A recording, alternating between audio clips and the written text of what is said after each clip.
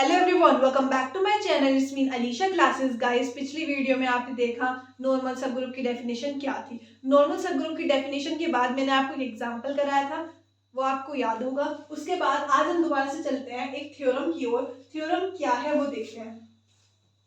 A subgroup H of a group G is normal if and only if x h x inverse is equals to H for all x belongs to G।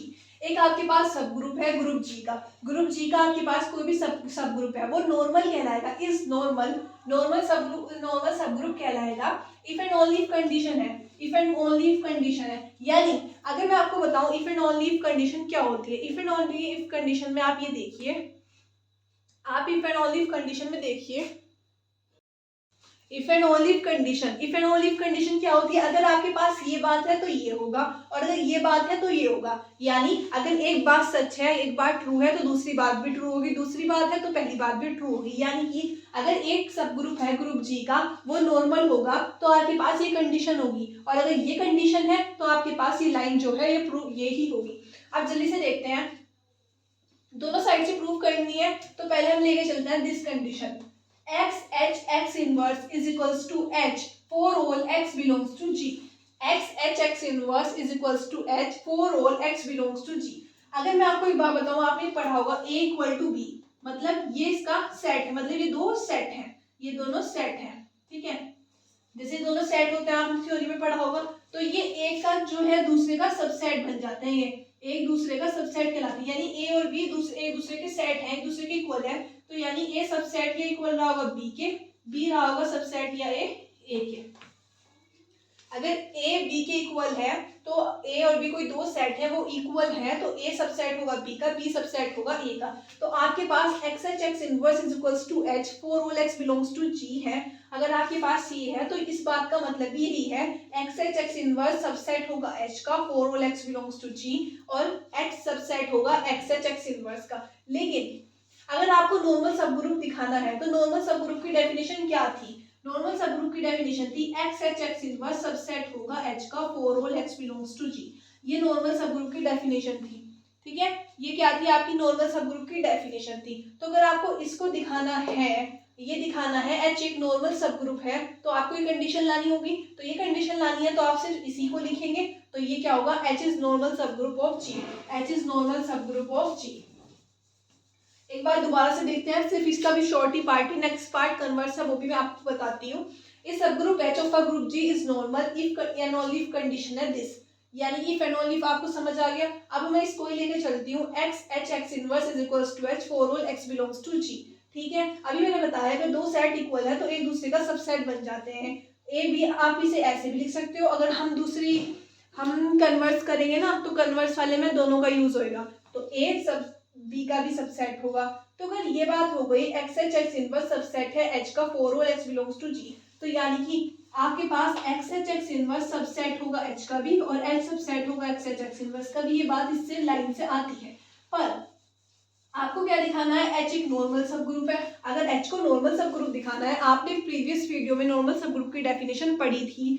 Normal सब group की definition क्या थी, इस subgroup H of a group G का कोई भी सब group है, तो अगर वो नॉर्मल सब ग्रुप कब बनेगा, जब वो एक्स एक्स इनवर्स सबसेट हो एच का for all x belongs to G. तो ये कंडीशन थी, तो इस लाइन लाने के लिए आपने इस कंडीशन का यूज किया, ठीक है। इसके बाद मैं आपको इसका कन्वर्स लेकर चलती हूँ। क्या लेकर चलूंगी, मैं लेकर चलूंगी एच एक नॉर्मल सब ग्रुप है और ये कंडीशन दिखाऊंगी। आप इतना नोट कीजिए, मिलते हैं जल्दी।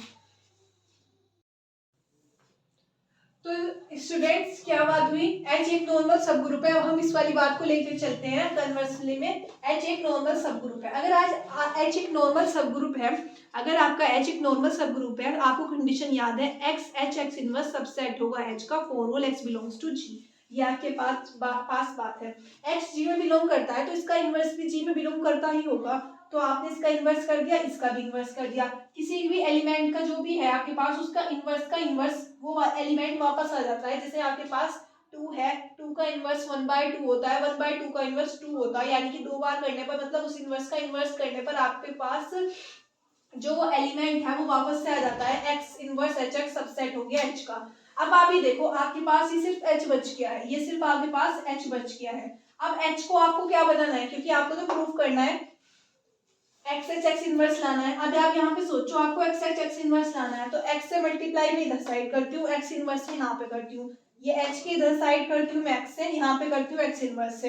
तो जो एलिमेंट है एक्स इनवर्स एच एक्स, ये जो एलिमेंट है एक्स इनवर्स एच एक्स, तो इसके भी इधर एक्स से मल्टीप्लाई, इधर एक्स इनवर्स से मल्टीप्लाई बिल्कुल होगी। For all x belongs to G, ठीक है। अब एक्स एक्स इनवर्स और एक्स एक्स इनवर्स क्या बन गए, आइडेंटिटी बन गए। एक एलिमेंट है और दूसरे का इनवर्स है, एक साथ मर्ज करिए आइडेंटिटी बन जाते हैं। तो एक्स एक्स इनवर्स और एक्स एक्स इनवर्स ये दोनों आइडेंटिटी के, मतलब आपके पास सिर्फ क्या बचेगा एच। आप इसे ऐसे भी समझ सकते हैं, एक्स एक्स इनवर्स को 2 का मल्टीप्लिकेटिव इनवर्स 1/2 होता है, तो ये वापस से आइडेंटिटी मिल गया, यानी मल्टीप्लिकेटिव आइडेंटिटी मिल चुकी है आपको। तो आपके पास क्या बचा, सिर्फ एच बचा। एच सबसेट हो गया एक्स एच एक्स इनवर्स का, for all x belongs to जो, ये आप बना सकते हो सेकंड इक्वेशन। ये सबसेट है इसका, ये सबसेट है इसका, जैसे भी मैंने आपको पहले समझाया, ये सबसेट है इसका, ये सबसेट है इसका, यानी कि ये दोनों element X H x inverse is equals to H रहे होंगे for all x belongs to, क्योंकि जब दो एलिमेंट यहां से लिखेंगे from first and second, from first and second. अभी मैंने आपको बताया था कोई भी दो सेट इक्वल हैं, तो यानी कि वो बात नहीं होगी कि एक दूसरे के सबसेट रहे होंगे, वे एलिमेंट क्या रहे होंगे, एक दूसरे के सबसेट रहे होंगे, ठीक है। तो ये बात आपके पास प्रूफ हो जाती है, ये थ्योरम आपकी प्रूफ हो जाती है, इंपॉर्टेंट थ्योरम है, पेपर में आ सकती है, आप इसको जरूर करके जाइएगा। एक बार मैं आपको दोबारा समझाऊंगी, जरा नोट करिए पहले। अलजेब्रा इतनी मतलब इजी है अगर आपने उसकी डेफिनेशन सीख ली है। अगर आप देखो नॉर्मल सब ग्रुप है, नॉर्मल सब ग्रुप के चैप्टर में से करना क्या है आपको, नॉर्मल सब ग्रुप का चैप्टर खोला, उसमें नॉर्मल सब ग्रुप क्या होता है ये आपको जानना सबसे इंपॉर्टेंट है, क्योंकि आप थ्योरम करोगे, जब आप थ्योरम करोगे तो उसमें उस चीज़ का यूज आएगा जिस तरह यहाँ पे आया है। तो अगर आपको थ्योरम नहीं पता होगी तो उससे कोई फायदा नहीं होगा। तो आप सबसे पहले मेक श्योर करें आप थ्योरम करने से पहले उसकी डेफिनेशन जो भी प्रॉपर्टीज है वो आपको जरूर आनी चाहिए, ठीक है। एक बार दोबारा करते हैं, ये subgroup H of a group G is normal if and only if condition दे रखी। If and only if condition का मींस है जहां पर भी if and only if condition दी गई, एग्जाम में भी आपको दी गई, तो आपका यही मतलब होगा, ये है तो ये दिखानी है, ये दिखानी है तो ये, मतलब दोनों साइड से उसको बात को प्रूव करानी होगी आपको, ठीक है। तो आप क्या लेकर चलेंगे, आप लेकर चले थे पहले एचिक, क्या लेकर चले थे आप, एचिक।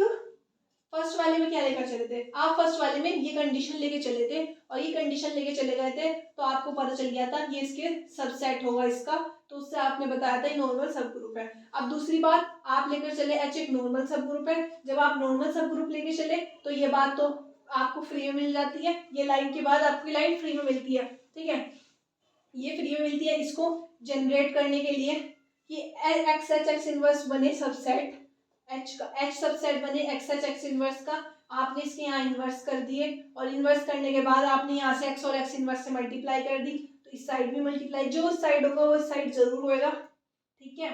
तो अब ये देखो आपके पास ये लाइन प्रूव हो गई। तो यानी a subgroup H of a group G is normal if and only if condition X H x inverse is equals to H for all x belongs to G. I hope आपको ये मेरी video अच्छी लगी हो, अगर आपको मेरी video अच्छी लगी हो अपने फ्रेंड के साथ शेयर कीजिए, कमेंट्स करिए, और नेक्स्ट